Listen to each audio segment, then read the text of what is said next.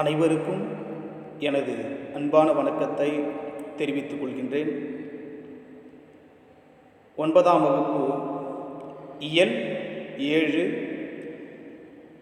இந்திய தேசிய இராணுவத்தில் தமிழர் பங்கு. இந்த பாடத்தை எழுதியவர் பேராசிரியர் மா. சு. அண்ணாமலை. இவர் எழுதிய இந்திய தேசிய இராணுவம் தமிழர் பங்கு என்னும் நூலுக்காக தமிழக அரசின் பரிசு பெற்றவர். இவர் தலைமையில் எடுக்கப்பட்ட குறும்படங்கள் சர்வதேச அளவில் விருது பெற்றுள்ளன. சரிப்பா, இந்திய தேசிய இராணுவம். நம் நாடு ஆங்கில அரசிடம் அடிமைப்பட்டு கிடந்துச்சு. நம் நாடு விடுதலை பெற வேண்டும், நாம் சுதந்திர காற்றை சுவாசிக்க வேண்டும் என்பதற்காக நம் நாட்டில் 2 விதமான போராட்டங்கள் நடைபெற்றது. ஒன்று, அகிம்சை வழியில் காந்தி படைகளும், அதிரடி வழியில் நேதாஜி சுபாஷ் சந்திர போஸ் அவர்களின் படைகளும் இந்தியா முழுவதும் ஆங்கிலேயர்களுக்கு எதிராக பல்வேறு அகிம்சை வழி போராட்டங்களும் மரவழி போராட்டங்களும் நடைபெற்றது. இதன் விளைவாக தான் ஆங்கிலேயர்கள் நமக்கு விடுதலை கொடுத்துவிட்டு தங்களுடைய நாட்டிற்கு சென்று விட்டனர். நாம் இன்று சுவாசிக்கக்கூடிய சுதந்திர காற்று என்பது பல தியாகிகளின், பல வீரர்களின், பல இளைஞர்களின், பல பெண்களின் சுவாச காற்று பறிபோனதால் கிடைத்தது. இந்திய தேசிய இராணுவம் என்ற அமைப்பு இந்திய நாடு விடுதலை பெற வேண்டும் என்பதற்காக உருவாக்கப்பட்டது. அத்தகைய இந்திய தேசிய இராணுவத்தில் நேதாஜி சுபாஷ் சந்திர போஸ் அவர்களுடன் இணைந்து நம்முடைய தமிழர்கள் பல்வேறு வகையில் போராட்டங்களில் ஈடுபட்டனர். இந்திய தேசிய இராணுவம் என்ற அமைப்பின் தூண்களாக திகழ்ந்தவர்கள் யார் என்றால் நமது தமிழர்கள். தமிழ் என்று சொல்லடா, தலை நிமிர்ந்து நில்லடா என்பார்கள். அதுக்கு ஏற்றாற்போல் இந்திய தேசிய இராணுவத்தில் தமிழர்களுடைய பங்கு யாராலும் சுலபமாக மறந்துவிட முடியாது. அந்த அளவுக்கு தமிழர்கள் வீரமிக்க ஆற்றலால் இந்திய தேசிய இராணுவத்தில் இணைந்திருக்கிறார்கள். அத்தகைய தமிழக வீரர்களை பற்றி தான் இந்த பாடத்தில் நாம் பார்க்க போகிறோம். இந்திய தேசிய இராணுவம் இந்திய விடுதலைக்காக உருவாக்கப்பட்ட அமைப்பு. இந்த அமைப்பின் தூண்களாக திகழ்ந்தவர்கள் நம் தமிழர்கள். விடுதலை போராட்டத்தை ஒளி மங்காமல் பாதுகாத்தவர்களுள் ஒருவரான நேதாஜி சுபாஷ் சந்திர போஸ் அவர்களுடன் இணைந்து இந்திய தேசிய இராணுவ படையில் போராடிய தமிழர்களின் பங்கு வியந்து போற்றத்தக்கது. சரி, 2ஆம் உலகப் போர் நடந்து கொண்டிருந்த 1942ஆம் ஆண்டு பிப்ரவரி 15ஆம் நாள் ஆங்கிலேய படைகள் மலேயாவில், மலேயா என்றால் மலேசியா, மலேயா என்றால் என்னப்பா மலேசியா, ஆங்கிலேய படைகள் மலேயாவில் ஜப்பானியரிடம் சரணடைந்தன. இப்படையில் இந்திய வீரர்களும் இருந்தனர். சரணடைந்த அவ்வீரர்களை கொண்டு ஜப்பானியர்கள் மோகன் சிங் என்பவர் தலைமையில் இந்திய தேசிய இராணுவத்தை உருவாக்கினர். ஒன்றும் இல்லைப்பா, 2ஆம் உலகப் போர் என்பது 1942ஆம் ஆண்டு அந்த காலகட்டம் நடைபெற்று கொண்டிருந்துச்சு. அப்போ 1942ஆம் ஆண்டு பிப்ரவரி மாதம் 15ஆம் நாள் ஆங்கிலேயுடைய அந்த படைகள், அந்த ஆங்கில படையில் யார் இருக்கா? நம்முடைய இந்தியர்களும் இருக்காங்க. ஆங்கிலேய படைகள் ஜப்பானிடம் சரணடையுது. எங்கே சரணடையுது என்றால் மலேயா என்னது மலேசியா. சரி, அவ்வாறு சரணடைந்த ஆங்கில படை வீரர்களை ஜப்பானிய அரசு கணக்கெடுக்குது. கணக்கெடுக்கும் பொழுது அந்த ஜப்பான் ஆங்கில படையில் இருக்கக்கூடிய இந்தியர்களை தனியாக பிரிக்குது. யார் பிரிக்கிறா? ஜப்பான் படை பிரிக்குது, ஜப்பானிய அரசு பிரிக்குது.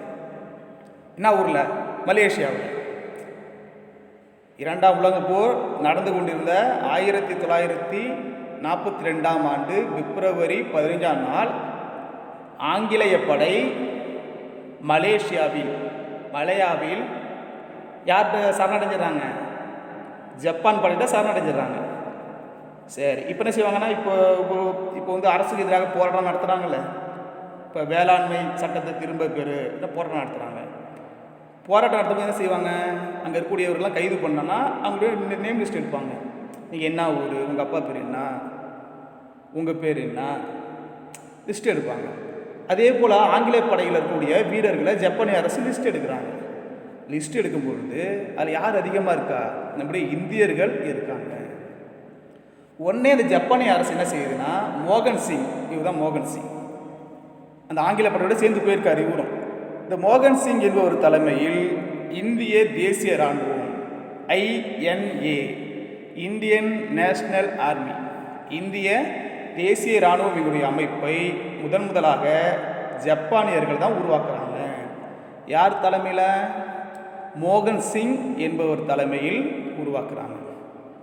அவ்வாறு உருவாக்கப்பட்ட இந்திய தேசிய இராணுவத்தில் மக்களுடைய ஆதரவு பெருகியது. அவ்வாறு உருவாக்கப்பட்ட மோகன் சிங் என்பவர் தலைமையில் உருவாக்கப்பட்ட இந்திய தேசிய இராணுவத்தில் மக்கள் ஆதரவு அதிகமாக பெருகியது.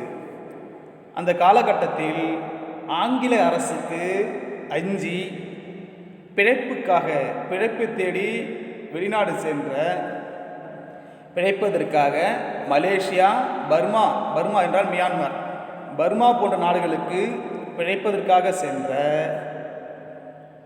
தமிழர் பலர் இந்திய தேசிய இராணுவத்தில் சேர்ந்தனர். இந்திய தேசிய இராணுவத்தில் பல பிரிவுகள் ஏற்படுத்தப்பட்டன. இந்திய தேசிய இராணுவத்தில் பல பிரிவுகள் ஏற்படுத்தப்பட்டன. அதில் ஒன்றுதான் ஒற்றர் பிரிவு. ஒற்றற்படை பிரிவு.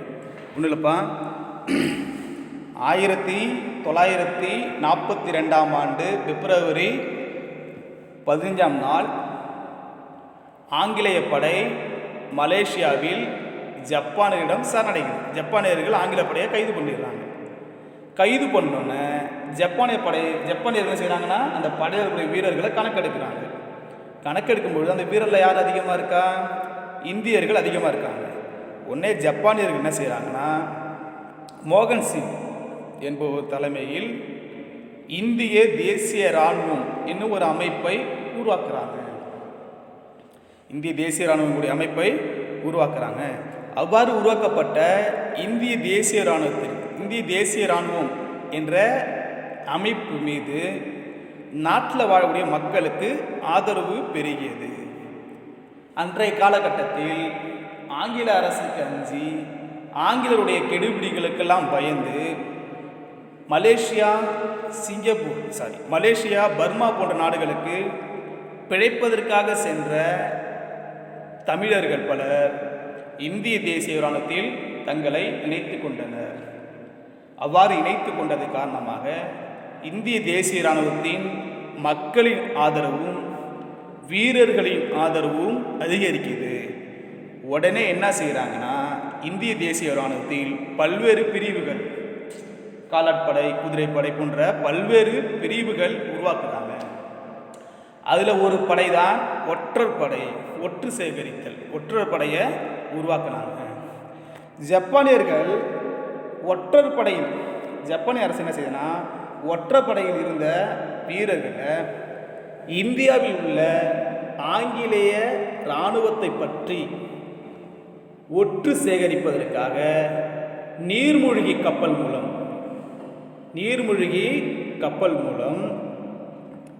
என்ன செய்கிறாங்க? நீர்மூழ்கி கப்பல் மூலம் கேரளாவிற்கும் குஜராத்திற்கும் அனுப்பி வைத்தனர். சிலரை தரை வழியாகவும் பர்மா காடுகள் வழியாகவும் இந்தியாவிற்கு அனுப்பினர். அவர்களை இந்திய தேசிய இராணுவம் கைது செய்து சென்னை சிறையில் அடைத்தது. பல பேருக்கு மரண தண்டனையும் அளித்தது. காலம்ப்பா. சரி, இப்போ இந்திய தேசிய இராணுவத்துடைய ஒரு அமைப்பை உருவாக்குறாங்க. அவ்வாறு உருவாக்கப்பட்ட அமைப்புக்கு மக்கள் மத்தியில் பல்வேறு ஆதரவு கிடைக்கிது. அதுக்கப்புறம் என்ன செய்கிறாங்கன்னா, பர்மா, மலேசியா போன்ற நாடுகளுக்கு பிழைப்புக்காக சென்ற தமிழர்கள் எல்லாரும் எதில் சேர்ந்துறாங்க, இந்திய தேசிய இராணுவத்தில் தங்களை இணைச்சிக்கிறாங்க. அப்போ மக்களோட ஆதரவும் வீரர்களின் ஆதரவும் இந்திய தேசிய இராணுவத்தில் பெருகியதால் பல்வேறு படைகளை என்ன செய்கிறாங்க, பல்வேறு படைகளை உருவாக்குறாங்க. அதில் ஒரு படை தான படை, ஒற்றர் படை. அவ்வாறு உருவாக்கப்பட்ட ஒற்றர் படை வீரர்களை கொண்டு ஜப்பானிய அரசு இந்தியாவுக்கு அனுப்புது. ஏன் இந்தியாவுக்குள்ள அனுப்புகிறான்? அங்கே யார் ஆட்சி செய்கிறா? இந்தியாவில் ஆங்கிலேயர்கள் ஆட்சி செய்கிறாங்க. புரியுதா? அந்த ஆங்கிலேயர்களை பற்றி ஒட்டு சேகரிப்பதற்காக ஜப்பானிய அரசு இந்திய தேசிய இராணுவத்தில் இருக்கக்கூடிய ஒற்றர் படை அமைப்பினை அனுப்புது. எப்படி அனுப்புகிறாங்கன்னா,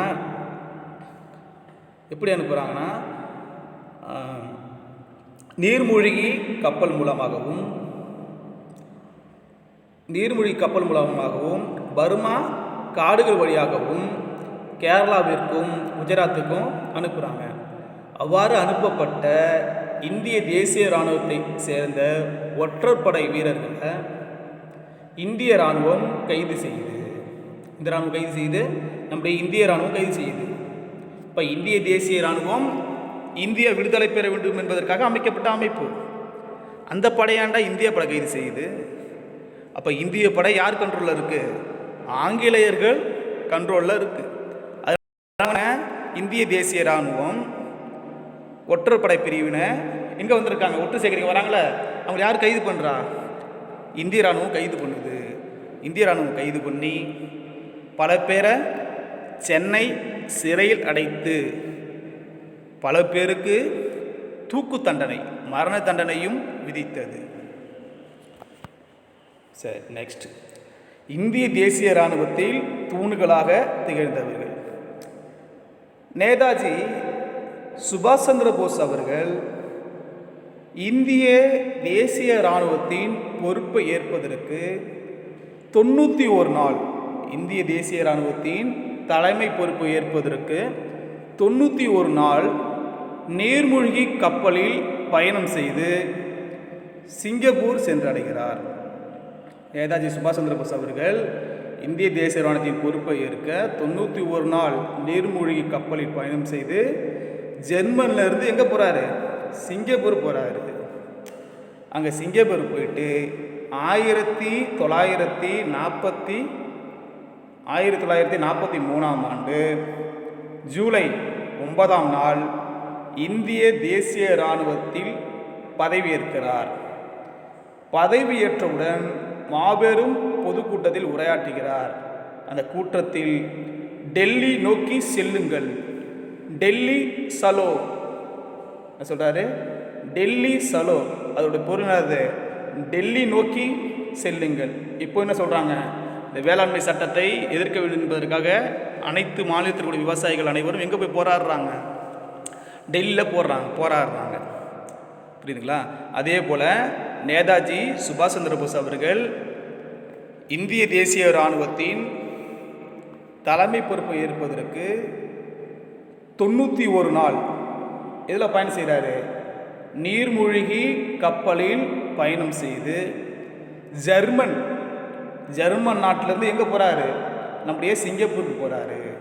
சிங்கப்பூருக்கு போயிட்டு 1943ஆம் ஆண்டு ஜூலை மாதம் 9ஆம் நாள் இந்திய தேசிய இராணுவத்தின் தலைமை பொறுப்பை ஏற்கிறார். அவ்வாறு தலைமை பொறுப்பை ஏற்றவுடன் சிங்கப்பூரில் உரையாற்றும் போது என்ன சொல்கிறாரு? டெல்லி சலோ என்ன சொல்கிறாரு? டெல்லி சலோ. அதுக்கு அர்த்தம் என்ன? டெல்லியை நோக்கி செல்லுங்கள் என்று நேதாஜி சுபாஷ் சந்திர போஸ் முழங்கிய முழக்கம் என்பது இந்திய தேசிய இராணுவத்தில் இருக்கக்கூடிய இளைஞர்களின் மனதில் பசுமரத்து ஆணி போல் பதிந்தது. இது போல் பதிஞ்சிச்சு, பசுமரத்து ஆணி போல பதிஞ்சிச்சு. அடுத்தது, நேதாஜி தலைமையில் இருந்த இந்திய தேசிய இராணுவப்படை பிரித்தானிய அரசை எதிர்த்தது. அப்போது தமிழகத்திலிருந்து பெரும் படையை திரட்டி இந்திய தேசிய இராணுவத்திற்கு வலு சேர்த்த பெருமை தேசியம் காத்த செம்மல் ஐயா பசும்பொன் முத்துராமலிங்கனாரை சார். நேதாஜி தலைமையில் இருந்த இந்திய தேசிய இராணுவ படையை பிரித்தானிய அரசு எதிர்த்தது. அப்பொழுது இந்திய தேசிய இராணுவத்தினுடைய செல்வாக்கு குறையுது. மேலும் இந்திய தேசிய இராணுவத்தை வலிமைப்படுத்த வேண்டும், அதில் பல்வேறு இளைஞர்களை சேர்க்க வேண்டும் என்பதை முடிவு செய்த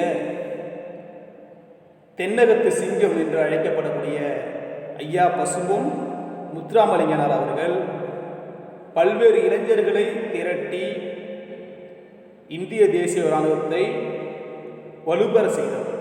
யார்? நேதாஜிக்கும் இந்திய தேசிய இராணுவத்திற்கும் வலுப்பெற செய்தவர் யார்? பசும்பொன் முத்துராமலிங்கனார். இத்தகைய தமிழர்களுடைய வீரத்தை கண்டு வியந்து போன இந்திய தேசிய இராணுவப்படை தலைவர் தில்லான், இந்திய தேசிய இராணுவப்படையுடைய தலைவர் யார்? தில்லான் என்ன சொல்கிறார் என்றால், இந்திய தேசிய இராணுவத்தின் இதயமும் ஆத்மாவும் தமிழர்கள் தான் என்கிறார். ஒரு மனிதன் உயிர் வாழ வேண்டும் என்றால் சுவாச காற்றும் இதயமும் தேவைப்படும். அப்போ இந்திய தேசிய இராணுவம் இயங்கி கொண்டிருக்கிறது என்றால் அதுக்கு யார் காரணமா? நம்முடைய தமிழர்கள் தான் காரணம் என்பதை யார் சொல்றார்? இந்திய தேசிய இராணுவப்படை தலைவராக இருந்த தில்லான். யார் சொல்றான்? தில்லான் சொல்கிறார். சரி, இந்திய தேசிய இராணுவத்தில் உருவாக்கப்பட்ட வான்படை வான்படை இந்திய தேசிய இராணுவத்தில் இருந்த 45 வீரர்கள் நேதாஜியால் தேர்வு செய்யப்பட்டு வான்படை தாக்குதலுக்கான சிறப்பு பயிற்சி பெறுவதற்காக ஜப்பானில் உள்ள இம்பீரியல் மிலிட்டரி அகாடமிக்கு அனுப்பி வைக்கப்பட்டனர். அந்த 45 பேர் கொண்ட பயிற்சி பிரிவின் பெயர்தான் டோக்கியோ கேடட்ஸ். உலகம் முழுவதும் உலகப் போர் நடந்து கொண்டிருக்கக்கூடிய சூழ்நிலையில் இந்திய தேசிய இராணுவ வீரர்கள் ஜப்பானில் உள்ள டோக்கியோவுக்கு செல்வதற்கு மிகவும் சவாலாக இருந்துச்சு. பர்மாவில் இருந்து காட்டு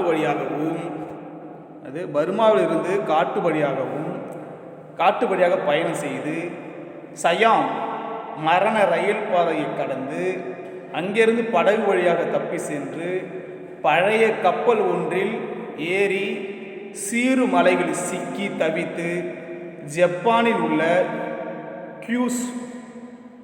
கியூஸ் தீவை அடைந்தனர். அந்த தீவு கடற்படை வசம்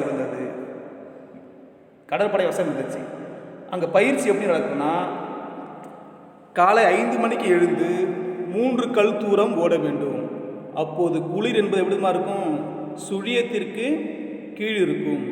உதடுகள் வெடித்து வலி தாங்க முடியாது. பனிப்புகை படர்ந்த மைதானத்தில் ஓடுவார்கள். 3 கல் தூரம் ஓடியதும் 5 நிமிடங்கள் ஓய்வு. பிறகுதான் சிறப்பு பயிற்சிகள். அதை முடித்து கொண்டு அவசரமாக குளித்து தயாராகி வர வேண்டும். இவ்வாறெல்லாம் கஷ்டப்பட்டு தான் நமக்கு விடுதலை வாங்கி கொடுத்தார்கள். பசும்பொன் முத்துராமலிங்கனார் சொல்றாரு, நேதாஜி தமிழ் வீரர்களை பாராட்டி, நான் மறுபடியும் பிறந்தால் ஒரு தென்னிந்திய தமிழனாக பிறக்க வேண்டும் என்று கூறியிருக்கிறார். இந்திய தேசிய இராணுவத்தில் இருக்கக்கூடிய தமிழர்களுடைய அந்த மரப்பண்பையும் அறப்பண்பையும் கண்டு வியந்து போன நேதாஜி சுபாஷ் சந்திர போஸ் அவர்கள், நான் இறந்து இந்த மண்ணில் மீண்டும் பிறந்தேன் என்றால் தென்னிந்தியாவில் இருக்கக்கூடிய ஒரு தமிழனாக பிறக்க வேண்டும் என்பதை நேதாஜி சுபாஷ் சந்திர போஸ் அவர்கள் பதிவு செய்கிறார். ஒன்றும் இல்லைப்பா, என்னுடைய சொல்கிற காலம் இந்திய தேசிய இராணுவம். இந்திய தேசிய இராணுவம் என்பது அமைப்பு நம் நாடு விடுதலை பெற வேண்டும் என்பதற்காக உருவாக்கப்பட்ட ஒரு அமைப்பு. அந்த அமைப்பில் நம்முடைய தமிழகத்தை சேர்ந்த பல வீரர்கள் தங்களுடைய வாழ்க்கையை அர்ப்பணித்து வாழ்ந்தாங்க. இந்திய தேசிய இராணுவத்துடைய தூண்களாக திகழ்ந்தவர்கள் நம்முடைய தமிழர்கள்.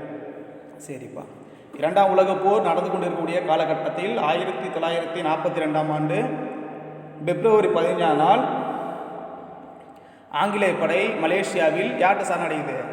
ஜப்பான் படையிட சரணடையுது. உடனே ஜப்பான் வீரர்கள் செய்கிறாங்கன்னா அங்கே இருக்கக்கூடிய ஆங்கில படை இருக்கக்கூடிய வீரர்களை கணக்கெடுக்கிறாங்க. அவ்வாறு கணக்கெடுக்கும் போது யார் அதிகமாக இருக்கான்? இந்திய வீரர்கள் அதிகமாக இருக்காங்க. உடனே அங்கே இருக்கக்கூடிய மோகன் சிங் என்பவர் தலைமையில் இந்திய தேசிய இராணுவத்தை ஜப்பானிய அரசு உருவாக்குது. INA, இந்தியன் நேஷனல் ஆர்மியை உருவாக்குது. யார் தலைமையில்? மோகன் சிங். அவ்வாறு உருவாக்கப்பட்ட இந்திய தேசிய இராணுவத்தின் மீதான ஆதரவு மக்கள்கிட்ட பெருகுது. அந்த காலகட்டத்தில் பர்மா, மலேசியா போன்ற நாடுகளுக்கு பிழைப்பதற்காக சென்ற தமிழர்கள் பலர் தங்களை இந்திய தேசிய இராணுவத்தில் இணைத்து கொண்டு வலிமை சேர்த்தனர். உடனே இந்திய தேசிய இராணுவத்தில் கடற்படை, வான்படை போன்ற பல்வேறு படைகள் உருவாக்கப்பட்டது. அதில் ஒரு படை தான் ஒற்றர் படை. அவ்வாறு உருவாக்கப்பட்ட ஒற்றர் படையை ஜப்பானிய அரசு இந்தியாவுக்கு அனுப்புது. இந்தியாவில் எந்த பகுதி அனுப்புது? கேரளாவுக்கும் குஜராத்துக்கும் அனுப்புது. ஏன் அனுப்புகிறாங்க? இந்தியாவில் இருக்கக்கூடிய ஆங்கில அரசை பற்றி உற்று சேகரிப்பதாக அனுப்புகிறாங்க. எப்படி அனுப்புகிறாங்க? நீர்மூழ்கி கப்பல் மூலமாகவும் பர்மா காடுகள் வழியாகவும் அனுப்புகிறாங்க. அவ்வாறு அனுப்பப்பட்ட ஒற்றைப்படை வீரர்களை இந்திய இராணுவம் கைது செய்து சென்னை சிறையில் அடைக்குது. பல பேருக்கு மரண தண்டனையை விதிக்குது. தூண்களாக திகழ்ந்தவர்கள். இந்திய தேசிய இராணுவத்தின் பொறுப்பை ஏற்பதற்காக நேதாஜி சுபாஷ் சந்திர போஸ் அவர்கள் 91 நாள் நீர்மூழ்கி கப்பல் மூலம் பயணம் செய்து ஜெர்மனிலிருந்து எங்கே போகிறாரு? சிங்கப்பூருக்கு போகிறாரு. அங்கே போய் 1943ஆம் ஆண்டு ஜூலை மாதம் 9ஆம் நாள் பதவியேற்கிறார். பதவியேற்ற பின் நேதாஜி சுபாஷ் சந்திர போஸ் அவர்கள் அங்கே குழுமி இருக்கக்கூடிய இந்திய தேசிய இராணுவ வீரர்களை கண்டு டெல்லி சலோ, அதுக்கு பொருள் என்ன? டெல்லி நோக்கி செல்லுங்கள் என்று பேர் முழக்கம் செய்தார். போர் முழக்கம் செய்தார். பேர் முழக்கம், போர் முழக்கம். அந்த முழக்கத்தை அங்கு கூடியிருந்த இளைஞர்கள் மத்தியில் பசுமரத்து ஆணி போல் பதிந்தது. நேதாஜி தலைமையில் இருந்த இந்திய தேசிய இராணுவத்தை பிரித்தானிய அரசு எதிர்த்தது. அதனால் இந்திய தேசிய இராணுவத்துடைய வலு குறைஞ்சிச்சு. உடனே தேசியம் காத்த செம்மல் என்று அழைக்கப்படக்கூடிய பசும்பொன் முத்துராமலிங்கனார் தமிழகத்திலிருந்து பெரு இளைஞர் படையை திரட்டி இந்திய தேசிய இராணுவத்தை வலு சேர்த்தார். யாரு? பசும்பொன் முத்துராமலிங்கனார். அவ்வாறு தமிழர்களுடைய அந்த தியாகத்தை கண்ட இந்திய தேசிய இராணுவத்தின் தலைவராக இருந்த தில்லான் அவர்கள் இந்திய தேசிய இராணுவத்தின் இதயமும் ஆத்மாவும் தமிழர்கள் தான் என்று புகழ்கிறார். நேதாஜி சுபாஷ் சந்திர போஸும் நான் இந்த மண்ணில் மீண்டும் பிறந்தேன் என்றால் தென்னிந்தியாவில் தமிழகத்தில் ஒரு தமிழனாக பிறக்க வேண்டும் என்று சொல்கிறார். அந்த அளவுக்கு தமிழர்கள் தான் தலை சிறந்த வீரர்களாக திகழ்கிறார்கள்.